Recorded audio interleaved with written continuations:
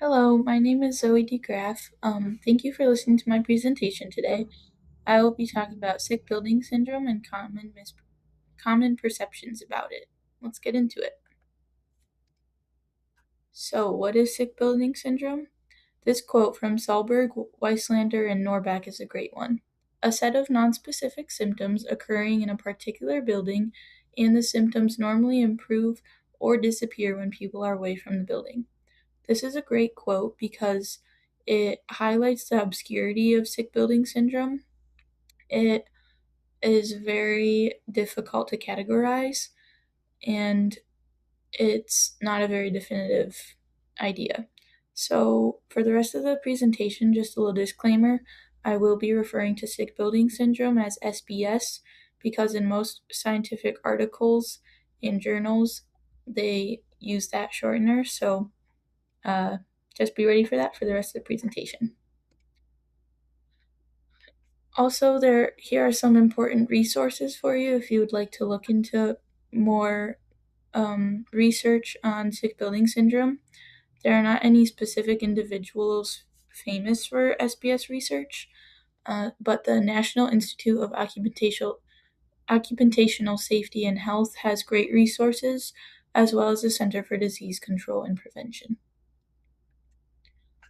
So, some symptoms. As I said, it's very hard to categorize and identify sick building syndrome symptoms. So, these are the three categories. So, general symptoms include exhaustion, dizziness, and difficulty focusing, as well as fatigue and lack of balance. And then mucosal irritation is our second category, which includes eye and nose irritation, as well as throat and ear irritation. And third is our skin symptoms. So that can be anything from an itchy scalp and flushed skin, so having blood flow into your face or chest or arms, such as like you're finishing a workout. And then you can just be itchy everywhere, especially your scalp and hands. So, a little historical overview. Minamata Bay in Japan is a great example for more environmental impacts. Um, so, in the 1950s, the resort was it became home to a lot of odd symptoms, including numb limbs, sudden unconsciousness, involuntary shouting. There were even not just humans that were being impacted. A lot of animals were acting weird.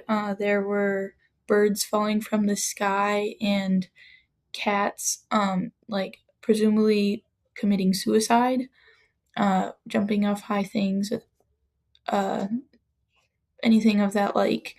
And this was due to tons of mercury being spilled into the water and affecting the ecosystems as well as the people. So, after Minamata Bay in the 1970s, so 20 years after, residents in newly built living spaces, so commercial offices, residential, anywhere we're inside, they began to suffer from somatic and psychological symptoms as well as other SBS symptoms, fatigue, nausea, eye, ear, nose, throat symptoms. And these were similar to Minamata Bay, but these were not due to mercury, were due to the SBS. So, this quote is a great one. Good health in an artificial, sophisticated structure is not guaranteed even in the presence of better safety controls, or perhaps by the presence of modern technological devices such as humidifiers and ventilation systems. So, here Strada is saying that no matter how much we try, we're not going to have the best health that we can inside as we can outside because we just can't match the natural world as much as we want to.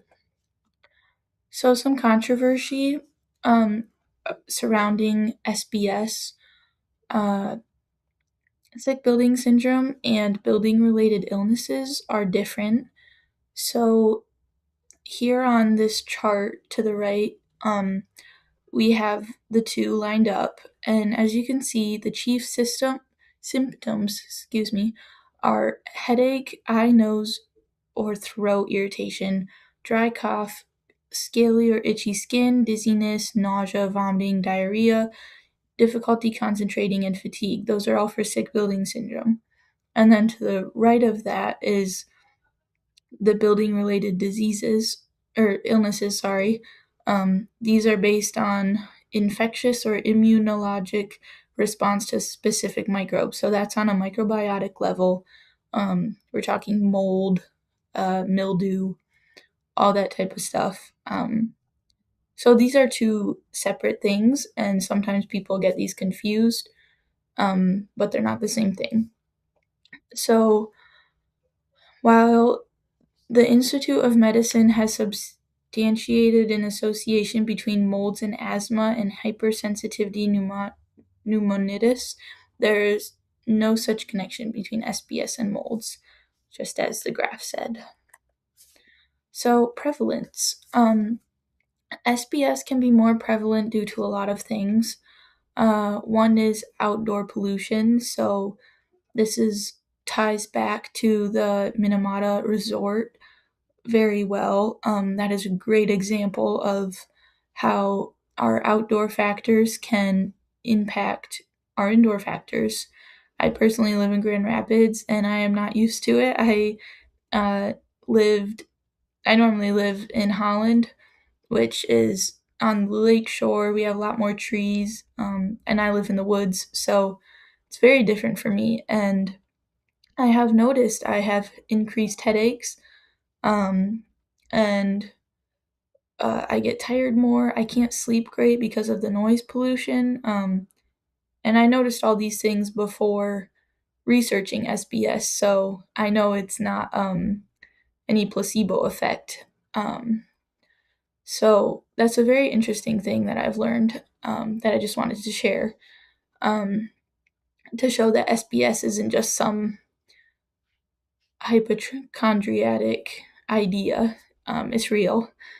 Um, and then another point is indoor pollution. So paint fumes, like paint with lead in it, that's pretty not pretty much not used anymore, but in old buildings it could still be present.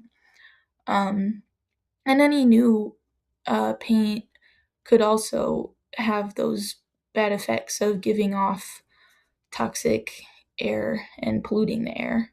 And then air ducts, a lot of dust can settle into the air ducts and they might not get cleaned regularly, so that can impact the air cleanliness. And then also secondhand smoke exposure. If you live with people who smoke, or if you do smoke, that would also make it worse. But just breathing that in is just creates a whole nother terrible impact for your health. Um, and smoke, if you've ever been in a house who of a smoker or a past smoker, you can smell it. It sticks to the walls. So that's something you want to avoid. And then personal factors. So if you have asthma or any respiratory problems, if you have a history of smoking or vaping, and then also your personal hygiene is really important. You want to stay clean. You want to shower regularly, brush your teeth, and also work out. All these things keeps your body happy and healthy, and can improve your circumstances if you're not living in a great place. And then how often you clean your space is also very important. Um, if you're not taking care of your home, you're not really taking care of yourself. That will just impact you. You need to vacuum, do your dishes. All the uh, aromatics can just be very overwhelming. So that's really important. And then finding a place that is uh, clean is also great. You wanna make sure you have a home that is doesn't have SBS before you move into it. Um, in the 1990s, it was determined that 30 to 50% of new buildings had already causes of SBS in the UK. Now, obviously, our construction industry could have improved by then, but that is still a very large number. Um, and you want to make sure that when you're moving into a home or deciding where you're going to live, whether it's an apartment, a home, a rental, whatever it is, that it's a healthy space to be in. It's a good idea to not move in somewhere where there's a ton of black mold or uh, the AC has a rat's nest in it. There's so many things that you can just think about and you would want to avoid. And then another thing, unfortunately, women are more prone to get SBS symptoms than men. Here's a little chart to show that. So this was a study done um, on SBS, and more women showed more symptoms than men across the charts. Really, headache by the most, and about 14 women more. Uh, so that's really hard.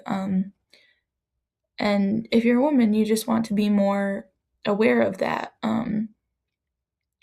So that's just another struggle for a woman to go through, but you just want to make sure you're uh, in a good situation. So, some preventative measures you can do, things you can avoid SBS symptoms and sickness. Number one, as I said, practice personal hygiene. It's really important, and it just makes you feel better as well. And then clean your residence, vacuum, dishes, clean the floors, clean the toilet, shower, all those things. Really important. And then also avoid smoking, vaping, secondhand smoke. SBS is a very respiratory dominated uh, sickness. You want to avoid all the things that you can, and smoking and vaping are both very prevalent things in our society right now that will just make your health even worse. So you want to avoid those. And then if there's circumstances you can't work around, like if you live with a smoker or if you have mold and someone's trying to fix it but they won't, really anything, uh, you just want to just go outside. The outdoors is a great place. It's where we belong. I know I feel better when I go outside, so that is a good idea. You can avoid all the harmful toxins of your indoor environment. Thank you for listening to my presentation. These are all my sources. I had a great time researching this. I appreciate you taking the time to listen. I hope you have a great day and a great week. Thank you so much.